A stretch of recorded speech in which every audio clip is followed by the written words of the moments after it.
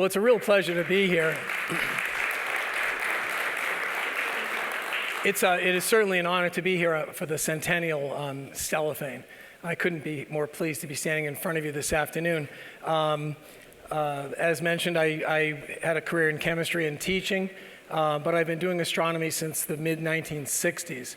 And so when I was asked to give a presentation here, it was originally about collimating refractors. But since I can teach you how to collimate a refractor in about 2 minutes, I needed to fill the rest of the time up. And so this is how this presentation came about. It's not technical. We decided to call it an intermediate lecture because beginners are usually too afraid to do what I'm going to teach you to do or show you what I do to my telescopes. Experts probably already know all about this sort of stuff. And so it's a kind of a middle-of-the-road talk. It's not very technical. I hope you just have fun and learn some new things, and perhaps I'll inspire you to, if you don't already have one, to go out and find a nice vintage refractor and breathe some new life into it. So as an opening exercise, I want you to all close your eyes and imagine for a moment that you're thinking about Tasco telescopes. Right? I know what you're thinking. I know exactly what you're picturing in your mind. All right, so everybody got the picture in their mind of Tasco telescopes? You're probably thinking of this, right? Red plastic as far as the eye can see. This Tasco 56T came about in the mid-1980s, just in time to disappoint so many people with its views of Halley's Comet. It's a small refractor, but this is not the type of telescope that my talk is about today, because I don't know what you could do with one of these to make it better. The box says we bring the world closer, but they don't talk about how blurry the world looks when you look at it through one of these telescopes. Tasco really went downhill fast after the 1970s, and today we equate Tasco with junky telescopes, and we wouldn't go near one with a 10-foot pole. However, these are the types of Tascos I'm talking about. These are the types of vintage refractors that were produced in the 1950s, 1960s, and even a little bit into the 1970s. This is actually a Tasco 10TE. It's a 76.2 millimeter, probably about an F15 on a nice equatorial mount. It's a really well-constructed, really fine instrument. And so these are the types of telescopes that I hope to inspire you to look for. So this is how I started in astronomy. Look, this used to be red, see? There it is. And if I didn't have this picture, I wouldn't remember this first telescope. But looking at the picture, I was probably about 11 or 12 when this picture was taken. I don't even know the brand of that telescope, but what I can see from it is there's no finder scope, and there's no right angle prism on the end of it. And I remember this part of that telescope. Remember how some telescopes, they play that trick with the Barlow lens, where you can click, click, click out for more magnification, and click, click, click in for less magnification. That's what that was. Certainly not a very astronomical telescope, but for that kid right there, this is how it started. And I worked as hard as I could to make that telescope work. I mean, we all drooled over these ads, right? In Sky and Telescope magazine, everybody wanted to have one of these completely unaffordable telescopes. The ads were everywhere. And I don't know where this Tasco ad came from, but it shows you some of the models of Tasco that were available back in the day. How many of you people live on cloudy nights and Astromart, right? If you've been paying attention, there's actually a 4-inch Tasco for sale right now. From a gentleman over in Europe. He wants $3,995 for it. But that's the rarest of the Tascos that I'm aware of. But they do come up occasionally for sale. And so if you find one, let me know. I'll buy it. I was privileged enough as a kid to move up to this telescope. I don't know how my folks scraped up the money to buy a Sears 60 millimeter. These were going for about $100, maybe $150 back in the 1960s. But it had an equatorial mount. It had setting circles, which were almost impossible to use. I tried those old setting circles for a few nights to try to find the star Vega that I could see with my eye, and I couldn't find it with the setting circles. And so that sent me on a path where I figured, well, forget the setting circles. I'll just learn the sky. And so I've been a visual astronomer ever since. I occasionally will hold an iPhone up to an eyepiece and snap a picture of the moon, but my world has been visual astronomy. And I was pretty fortunate because as a kid, I actually had that telescope. That's an 8-inch, it's almost f8. Inscribed in the back of the mirror is the name Ralph Baker, Springfield, Vermont, April 4th, 1940. So that mirror and that telescope was probably built here on this site. All those many years ago. It's a great performer. I still have the optics. But my dad built me this crazy observatory with that pier that came up out of the floor of the garage. And I used to live up in that observatory. And I learned a lot of astronomy being up in that observatory. Just for the record, the pier still stands today. When my sister had the garage roof done, she told the roofers to treat the pier as if it were a chimney. And so they did. Someday some archaeologist will discover this oddly oriented north-south pier sticking up out of the ground. So it's still there today. But once I got that 8-inch reflector, I was hooked on reflectors because I had aperture fever. Ultimately, I moved up to this sort of telescope here. So that's a 20-inch f5 reflector that still lives in the garage where my wife can no longer park her car. As I've gotten older, that telescope is getting higher and heavier. Notice that I mounted this finder midway down the tube, and there's my laser pointer. It's so I can keep my feet on the ground while I actually find objects and only climb up the ladder when I know they're in the field of view. But one day, about 5 years ago, I acquired one of these. And that's a Unitron 114. That was an alt-azimuth mount, 60 millimeter telescope. Beautiful telescope, and it gave some amazing views. If you haven't looked through a refractor in a long time, give it a try. Borrow one, find somebody who's got one, and look through it. Point it at Polaris, because it's not going to move very much on you. And notice what you can actually see.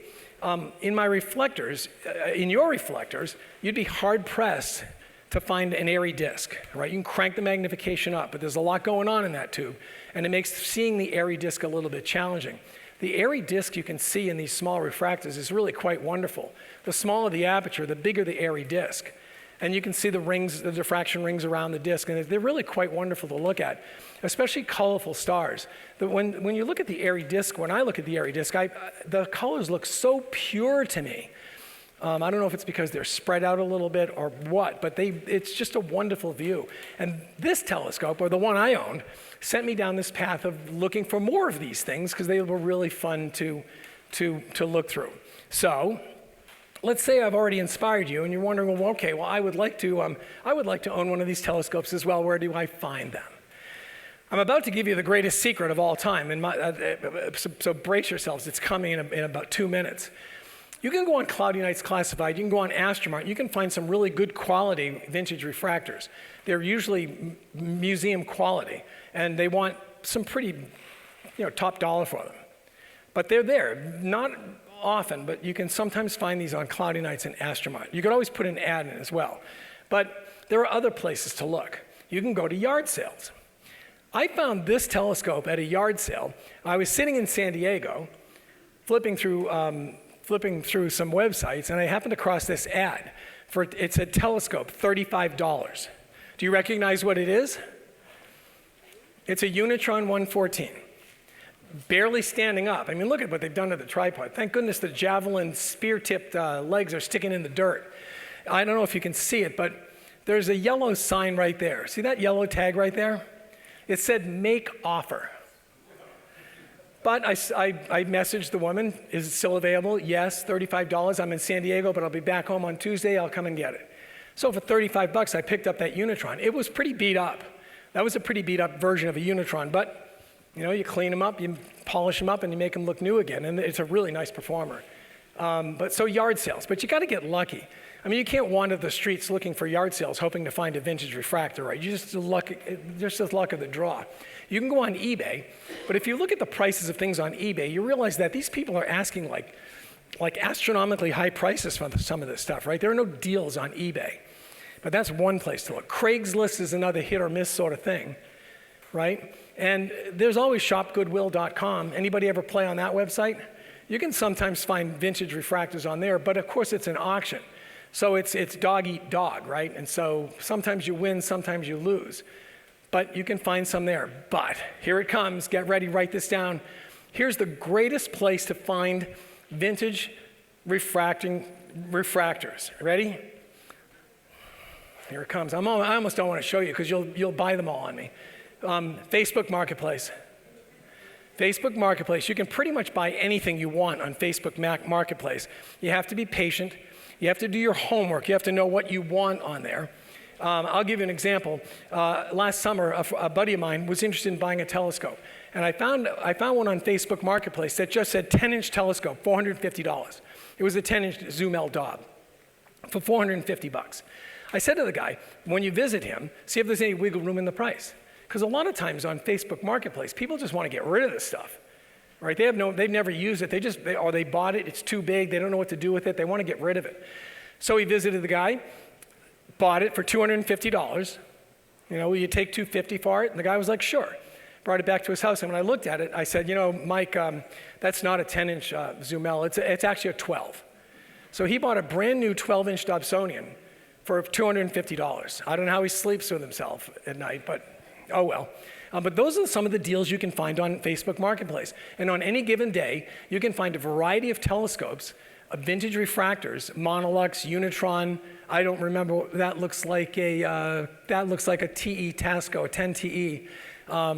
Tasco 60, some weird. I don't like the look of this. When I see that right there, it makes me run away from that. I know what that is, but I don't want to deal with it. And sometimes you find these things that they'll just say 60s telescope, $100. That looks like an old scope telescope. Sears marketed scope telescopes in the early 1960s. So that's probably what that is. This is the greatest find I ever made on Facebook Marketplace. I was skimming through and I saw this picture right here. And it was really little and tiny, and I just skimmed by it. And then I went, wait a minute, go back to that picture for a second, just wait. This is a Meade Jupiter telescope right here. And if you've noticed, the owner had rolled a ton of masking tape around the tube so it would fit in that cradle. That mount, do you know what that mount is? That's a Unitron 128 equatorial mount. And this is the close-up of it. And it was complete, and there it was. I'm ashamed to tell you what I paid for it, because you'll think lesser of me. $40. You know the IKEA commercial where the woman's running up to the car yelling, "Start the engine"?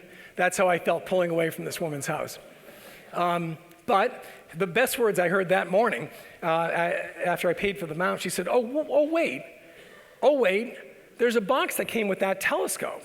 I love it when they say that, because there are untold treasures in these boxes. And what was in that box turned out to be, well, let me show you this. There's the mount all shiny and clean. That's what was in the box. And it had the solar screens. It was the Unitron telescope. Here's why she wasn't using it. Turns out, late model Unitron, right? You can tell by the stickers on the side of the label. Late model Unitron, the Unihex that came with them, the body was actually made out of plastic. And somebody along the way had stripped every one of the threads that held the eyepiece holders. So she couldn't put eyepieces into the Unitron, so she found some old Meade telescope and lashed it in there, and that's what they used. So I gladly took this box, and I was like, yep, IKEA, start the car, let's get out of here. Pretty good deal. My mom always told me never to steal, and so I feel badly about this, but yeah. It was one day away from a dump. That telescope was going into a landfill. So some people like to rescue cats and dogs, right? I like to rescue telescopes. I keep them out of the landfill. This is what usually you get. And my feeling is that if a manufacturer went to the trouble of building a wooden box to hold a telescope, then it must be a pretty good telescope, right? They went out of their way to protect this thing. And so this is what you usually face when you first arrive on one of these telescopes. There are labels on the outside. The Tasco like to have these labels on the top. The Sears telescope here, if you look online, you can find what these codes mean, size and close date to the telescope. Because, I always like to know how old some of these telescopes actually are. When I open the box, what do you look for, right? The first thing I look for is the label on the focuser.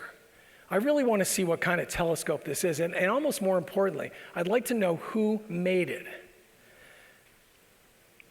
And so this is what I look for.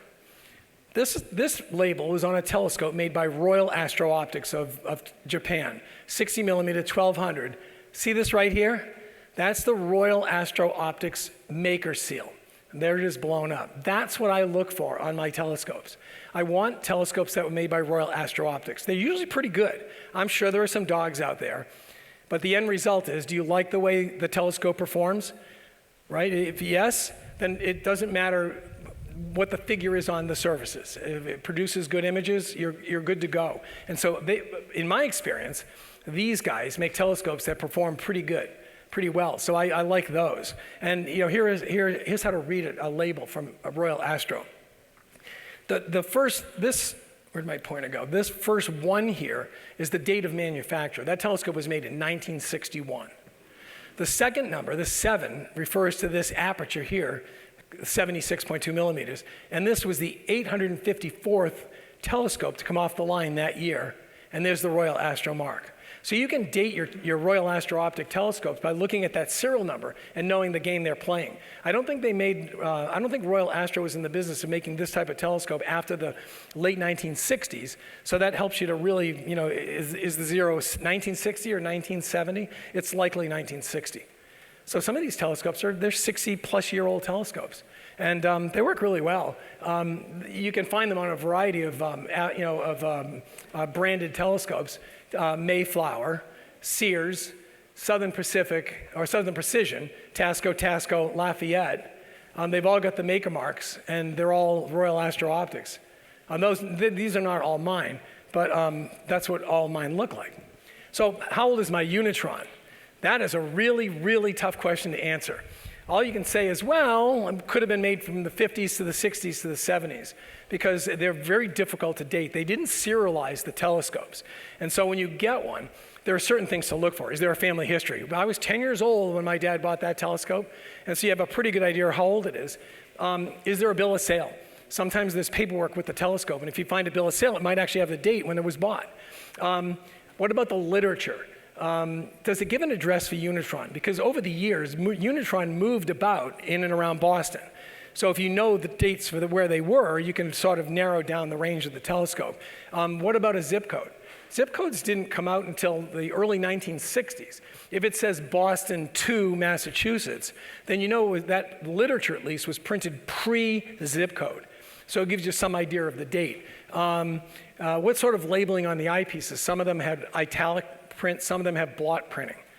What else? What are the slow motion knobs made of? The old ones are made of aluminum. The newer ones, it looks like Bakelite, right? What sort of finder scope does your telescope come from? They came with all different flavors of finder scopes. And does the telescope have labels on the tube? That one I showed you has got a magnification label on the tube. And those were pretty late in the game for Unitron. Unitron first advertised in the October 1951 Sky and Telescope magazine. And so you can find some very, very old ones. They manufactured telescopes probably maybe as late as the early 1980s. But the Schmidt-Cass revolution took over and killed their market. So the next thing I look at is the objective lens. Always good to look at the objective because you want to make sure you got a good one. Some of these telescopes, I gotta tell you, some of them look like they were dug out of the rubble of Hurricane Katrina. Okay, they're like destroyed. Some of these telescopes are just beat to death. Some of them look like they've been time transported from the 1960s to the present day. They're like in mint condition. This, I don't know if anybody recognizes that thing right there, but that's the objective end of an old Project Moonwatch telescope that I proudly cannibalized to make it into a finder scope when I was a kid. They're cemented objectives, and this flower here is where the cement they're becoming delaminated. I hear tell there are ways to open those lenses up, but I've never tried it. None of the ways sound healthy for the lens. And then if you get them apart, then what do you do with them?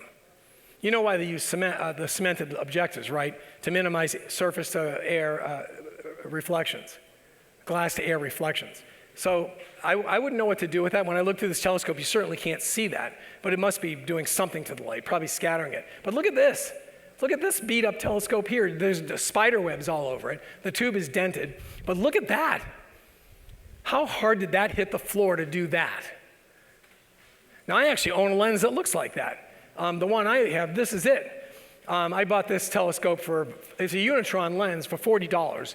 And the guy had bought it at a yard sale. His original price was $175. And before he even opened his trunk, I said to him, I have no intention of paying $175 for this telescope because I've seen the pictures of what's inside.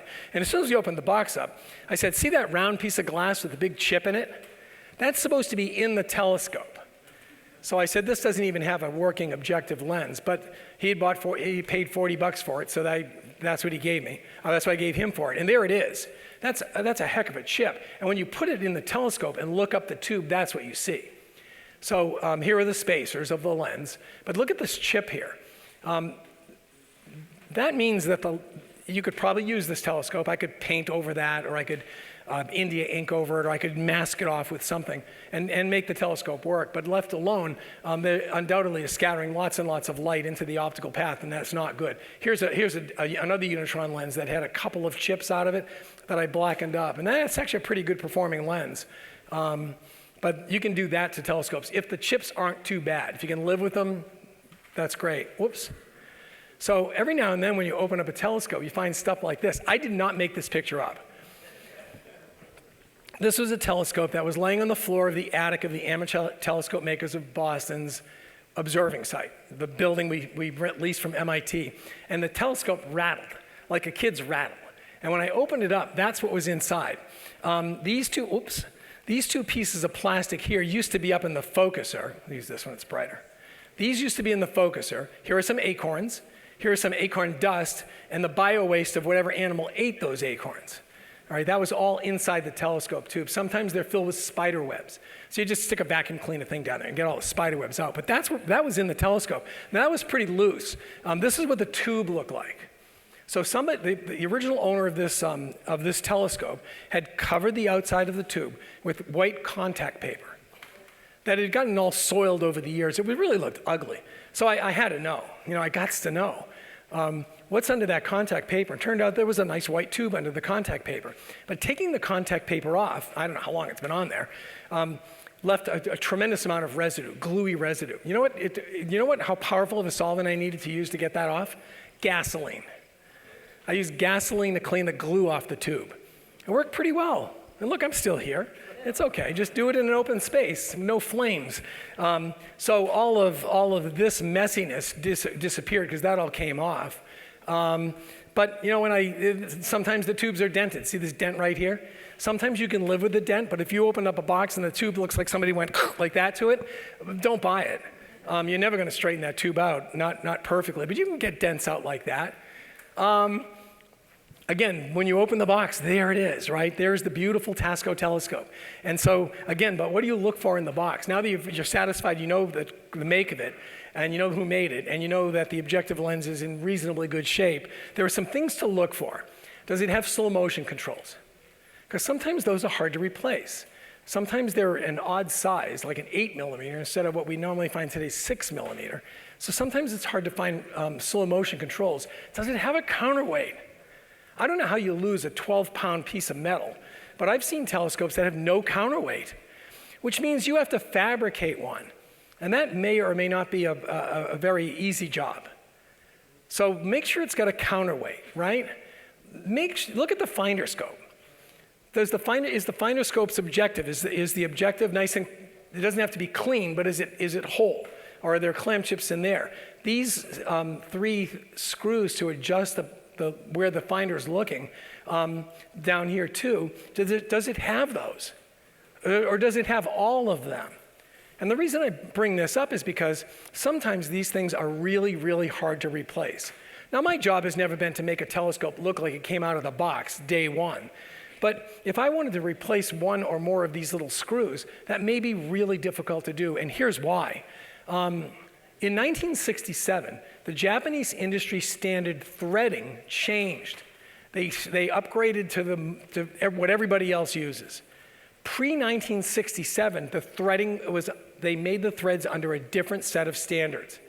And what that means, and here's an example. You go to the hardware store today, right? You want to buy a 4 millimeter, an M4.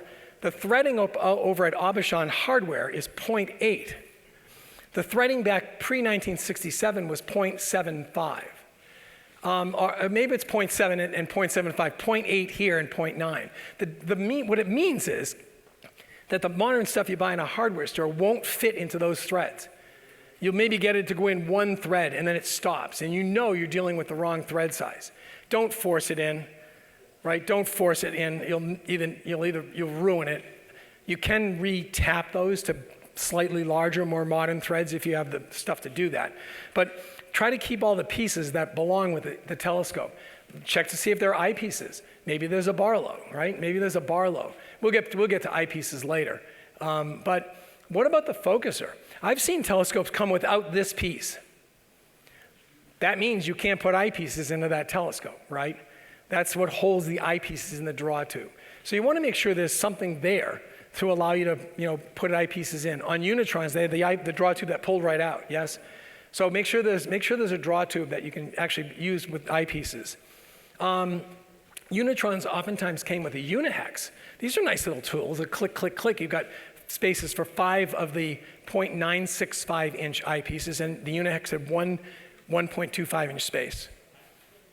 They're pretty nice. Sometimes they get pretty beat up, but if you ever take one apart, when you take these two screws off, be prepared for springs to fly out of it, okay? Because it's spring loaded. Don't lose those springs, okay?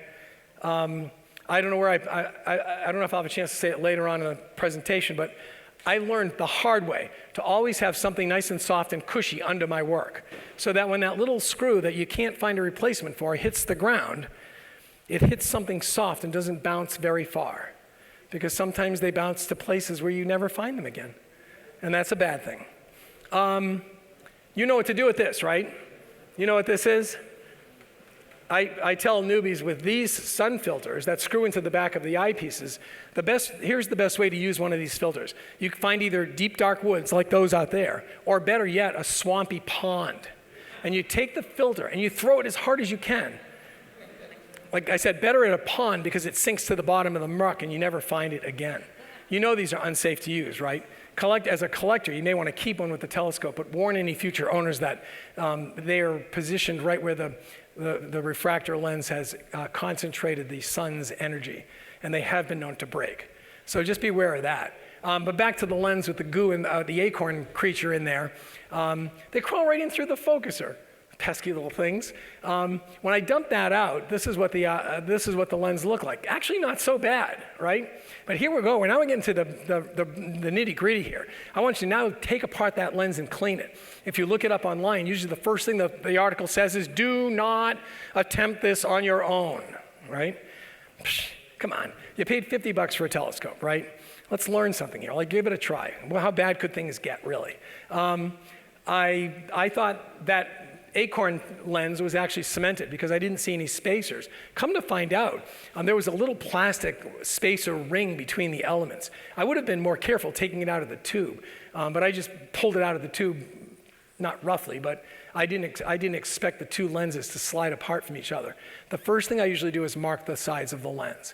I want to know what's up and down. The C means crown, the F means flint. The marks to line back up again, the lettering is in the right orientation so I know which one went up and which one went down. There are so many ways you can combine these two lenses, and you want to get it right. These are my weapons of choice, a can of air. These are cotton rounds, cotton swabs, cotton balls work the same way, Q-tips, a lens pen. I always wear cotton gloves, CVS, right? Dishwashing liquid. Eyeglass cleaner, isopropyl alcohol. I don't get too much more intense than that. I figure if I can't get the goo and gunk off the lens with those things, I'm not going to push my luck. Some of these lenses are coated, some of them are not, but the last thing I want to do is start affecting the coating on a lens. It just doesn't look good, and it just doesn't look good. But these are the things I use, and so I take apart the cell.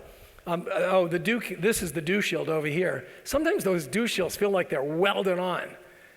I really have had to put some serious force into taking those dew shields off. When you do that, make sure you really cradle it well, because when it finally slips and the lens is going like this through the air, that's when you put those big, ugly fractures in the glass, right? So be careful, but you got to get the dew shield off, take the lens cell apart, and keep the nuts and bolts where they belong. And here's an example of a really filthy lens. It was sitting inside of here. You can see the marks on it right there. There are some side marks that were already there. Sometimes you'll need a spanner wrench to take off that retaining ring in the back. Sometimes they undo from the front. Jumping the gun a little bit, just remember when you put it all back together again, don't torque that retaining ring down. Remember, you know how we don't like to pinch our reflector optics, right? We make sure those clips are just barely, I usually slip a 3x5 card into them when I'm setting them. They don't actually touch the glass. You don't want to pinch your optics, so just very gentle with these lenses. But once you get that retaining ring out, this is how I set it up. Now, I don't know if you noticed, but my optical shop is the dining room table. And sometimes my wife gets really upset with me cluttering up the table with all these telescope parts. But underneath this handkerchief is this one is a 60 millimeter lens. That's likely a can of, you can't see it, but Contadina tomato paste. It's a perfect size. I drape a handkerchief over it just to keep anything from scratching anything else. And then I gently lower the lens cell down to the base of the can on the cloth on the table. And there it is. And you can see the marks that probably the maker made. So I want to make sure those go right back where they were. And what I do is I take it apart. Here's the crown element is off. There's the flint element. You can see a spacer there, and there's, the other two are kind of hard to see, but there's a spacer right there. And I just have at it.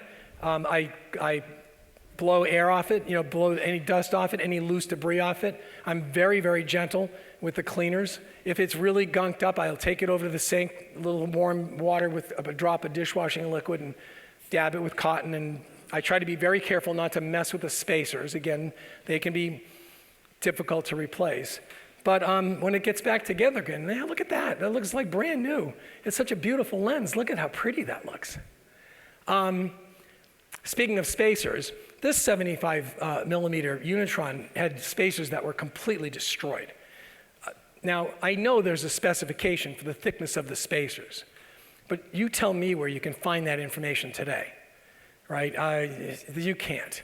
So one of our club members, Ken, I'll name names, Ken Lonnie was then the president of the Antique Telescope Society. Hey, Ken, when you take apart these lenses and you have to replace the spacers, how do you know how thick to make the spacers? He said, we use postage stamps sometimes. And so if you look closely, this is a snippet of a postage stamp. The old lick it and stick it, like that. Cut little spacer-sized pieces out. I take a Q-tip and I dab a little bit of moisture on the lens where I want to put the spacer. I use toothpicks to lightly move it into place and tap it down. And there it glues. And so I have beautiful spacers. So this lens here is using postage stamp spacers. This got some high marks from one of your master optical people from up here as far as whatever I did to it. I got a wow out of Phil Roundsville. That's pretty good. That does count. Yeah, Phil Roundsville says, wow, you did good. But speaking of those little dots on the side, these little screws on the side of especially these Unitron cells, some folks think that these things here, see these are painted red, yeah? Sometimes people think that those are the collimation screws, but they're actually not. They're really there. It's a plate to hold the lens in the cell. But by adjusting those screws, what you're really adjusting is the spacing of the lens around the circumference of the lens. Ideally, you want the spacers to be adjacent to those screws. And then you very carefully adjust that until the spacing is just right. Now, in your kitchen, that may be hard to do, right? And so one thing you can rely on you can use a monochromatic light to look for Newton rings. These are just interference patterns as light bounces between the two layers, right? The two lens through the airspace. I always pre-test the optics. If they're there to if their Newton rings are there to start with, then I put them back. If there aren't any Newton rings, then I don't worry about them. It all depends on the spacing. So monochromatic light works best. This is a green laser pen shrouded in a paper towel just to diffuse the light. And it's a little hard to see, but you can see it really neatly here. These should be concentric and they should be centered on the optic. And they are here. I don't know if you can see that, but they really are. And so I put that lens back together and then I went, oops, these spacers aren't right there. So I opened it up again, turned the cell ever so slightly and fixed that. And then redid the pressure. It's exquisitely sensitive. And I wouldn't kill myself if you can't get it exactly centered. it's probably millionths of an inch to make the adjustments. You can see the rings go crazy when you start to play with the adjustments. So don't kill yourself over that, but it's something to think about when you're setting back your lens into your telescope. And what about collimation? This is what the original intent of this talk was supposed to be about. Good news. Vintage refractors are long focal ratio telescopes, right? In the day, think about, I think it was Huygens. Didn't Huygens have an aerial telescope that the lens was something like 200 feet away from the eyepiece in order to minimize the effects of spherical aberration and chromatic aberration? We've got the spherical part down. That's the chromatic aberration that still is a bit of an issue. But in these long focal ratio telescopes, you tend to minimize the achromat tends to minimize most of the chromatic aberration, and the long focal ratio is a pretty forgiving sort of thing, and it's also very forgiving to collimation. Sadly, most of these vintage refractors cannot be collimated, but some can. And so how do you do that? I use a laser collimator and a Cheshire eyepiece. And you've probably all got those in your kit, right? Nearby your eyepieces. If you don't, you should collimate your telescope if it's a reflector every time you set it up. If you bounce it down the road, it probably needs to be collimated. And it only takes 30 seconds or so. So I collimate my telescopes every time I move them. And so here's how you do it with a refractor. The other tool I use for this is a mask that goes on the front of the telescope. And so I take the laser pen and I put it straight into the draw tube of the telescope. Secure it as best you can. Shine the laser up the tube, and this is where it was originally. Ideally, you want to square the focuser off so that laser pen is right on the crosshairs here. You don't need to buy one. You can always make one out of paper. You can see your laser pen through a piece of paper. Graph paper works, but just mark where the center is. Put it on there carefully so it's centered, and then shoot your laser at it. No diagonal, just straight through the telescope. And if you can make adjustments, go for it. Most of these old telescopes were not, the focusers were not collimatable, but these little screws, usually there's 3 or 5, can be loosened and adjusted. There's a little bit of wiggle room in that focuser so that you can get that laser dot as close as you can get it to the center. Again, I don't lose sleep if it's not perfect because, again, these systems are pretty forgiving. And you can see this isn't exactly right on the crosshair, but it's pretty darn close. And then I hold this in place, tighten these guys back up again, and check it. And now you know the draw tube is squared up with the tube. The focuser is squared up with the tube. Now you just have to worry about the objective lens. If it's got a screw-in lens cell with no adjustments on it, then you're at the mercy of the machinist that made the telescope, right? You have to assume something is going to be squared up. And so I just put it back together again as best as possible, and that's that. But some of them actually have collimation bolts. This is my 3-inch Unitron. There they are. And this is a Royal Astro Optic. These are the collimation adjustments here on the outside of the lens cell. And those are used to tilt the whole lens assembly relative to the telescope. And so to do this part of it, I take the Cheshire eyepiece and I stick it into the draw tube and I illuminate that little cutaway. And although these pictures here are really ugly, this is what you typically see when you look up the tube. These two reflections here are the brightest of them all. This is just an iPhone held up to the little hole in the Cheshire and shot away. But these are reflections of the opening of the Cheshire on, I believe, the back surfaces of each of the lenses. If you look with a magnification, you could probably see 4 reflections, right? Because you have 4 surfaces in that system. The game is to adjust those collimation screws until they're all coincident. And when you've done that, squared up the focuser, use the Cheshire to adjust the lens position relative to the tube, your telescope should be collimated. And that's all there is to collimating a refractor. Now, I'm not going to take some,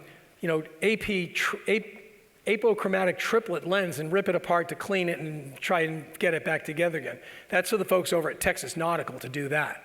But I have no problem taking apart a 60mm refractor from 1962, opening up the lens, cleaning it, putting it back together again, collimating the telescope. And, are there limitations to these scopes? Yeah, a little bit, right? They're only small aperture telescopes. The finder on that 20-inch I showed you is bigger than any of these telescopes I'm talking about, aperture-wise. But what can you do with these? Well, of course, if you're safe, you can look at the sun and the moon and planets. These things kill planets. My favorite thing to look at with these small refractors are double stars because they are so beautiful. when you see that airy disc and the rings, and it's like textbook. And the colors are so pure. Try it on Albireo.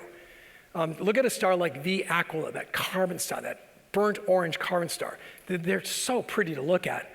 And they're some deep sky objects. Remember, you're only dealing with 60 millimeters or maybe 80 millimeters of aperture. But this is a handheld iPhone shot of the moon. I mean, it's not the best shot of the moon ever. I know people can do way better than this. But that's a handheld iPhone shot through a 3-inch refractor from 1962.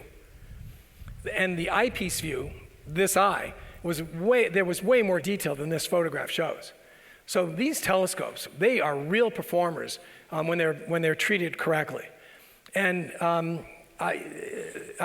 almost can't say enough for them. I always keep a 3-inch refractor as my grab and go telescope. And I've seen some wonderful things with these telescopes. It's just amazing what you can do with them. Go back to the eyepieces. These are all 0.965-inch eyepieces. And if you look at the design of the eyepieces, you've got Huygens. This is a Huygens Mitten Sve version. This is another one. There's an ortho, a symmetrical achromat, kind of like a Plossl. Kellner's, Ramsden. A Ramsden and a Huygens eyepiece those are very ancient designs. They have just 2 lenses in them. And you folks remember orthoscopics, right? They were the to-die eyepieces in the 70s. Not a bad field of view, but very short eye relief. Sometimes looking through these eyepieces is really difficult. You have to press your face right up to these. Your eyeball is right on the eyepiece. And so there are ways to upgrade from these. I'm not saying they're optically inferior. I think they're very well made. I think the design is just not up to the current standards. You don't see Teleview selling Ramsden eyepieces, right? There's a reason for that. There are ways around it. You can get a hybrid diagonal, right? 0.965 inches here, 1.25 inches up here. Or you can buy a straight adapter. Same deal, 0.965, 1.25 inches.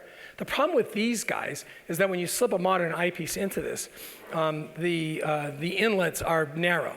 And you sometimes see vignetting. And I don't know how you feel about that. I just don't like the look of it.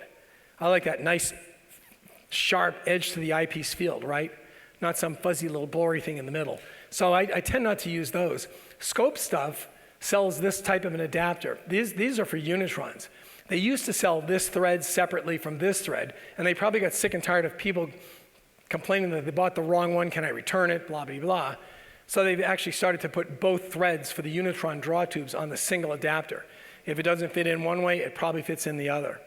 Tascos are a little bit harder to find. And so I've resorted to sort of making my own. So SV Boni, I don't know how you pronounce that, but they sell this piece right here that accepts 1.25 inch eyepieces. It's got a little bit of a helical focuser on here with a 42 millimeter female thread here. So Amazon, eBay, this is a 42 to 42 male-to-male adapter. Into that I put this 37 to 42 millimeter adapter. And then another step-down ring here. This is 30.5 to 37. There's a 30 here, there's a 30.5. Turns out the 76 millimeter Tasco telescopes take the slightly smaller threading that goes into the draw tube. The 60 millimeters are slightly larger, but when you put one of these together, you can now attach that right to your draw tube of your vintage refractor. And now this accepts 1.25 inch eyepieces with a pretty wide opening, so that I've never seen any vignetting through these things. And that's not terribly difficult. They're not expensive to make. You can't really buy them for the old vintage telescope, so this was a kind of a fix, and it's a pretty elegant fix, actually. So you can do that to your telescope. I like to upgrade the finders a little bit. I don't know about you, but this neck doesn't like to crane around to look through a straight finder anymore. That's really painful. So all my telescopes have right angle correct image finders. And I like to throw them on these refractors if possible. This is a 3-inch Unitron where the solar projection screen mounting used to go. So I just borrowed those holes, and this is a somebody right angle correct image finder scope on here. And that works really well. That's fantastic. You can also fabricate a mounting shoe. If you're good at 3D printing or know somebody who is, you can make a 3D mount for it and just lash it to the telescope that way. So you can upgrade your finder scopes. What about the focuser? Sometimes there's a lot of slop in the focuser. They're really, you want to get that collimation, and the focuser's wiggling like this in your telescope tube. You can take them apart. Taking them apart is actually pretty easy. There really are only two little screws that hold this back plate on here. These guys go on there. You can pull this out, and that usually means you can pull the draw tube all the way out. You remove the old grease, relubricate. Replacing the glides might be challenging, or just flat out unwise. If they're still in there and they're still working, I would leave them alone, because again, they're extraordinarily thin. They're designed just to keep the draw tube from experiencing any play. You might be able to find a replacement. You might not. Those two little white pieces of plastic I showed you earlier in the Acorn telescope, those came out of the focuser. They're somewhere around 0.04 inches thick. Now, McMaster Carr does sell etched Teflon that's that thick. I just haven't gotten to the trouble to buy it yet to see if it actually works. But I would take a small strip of it, get it in there, glue it into place carefully. If you have enough of it, leave it hang out on both sides of the focuser. Slide the draw tube in, cut one end, pull it back, cut the other end, you're good to go. But again, that may be unwise. So anyway, it's up to you.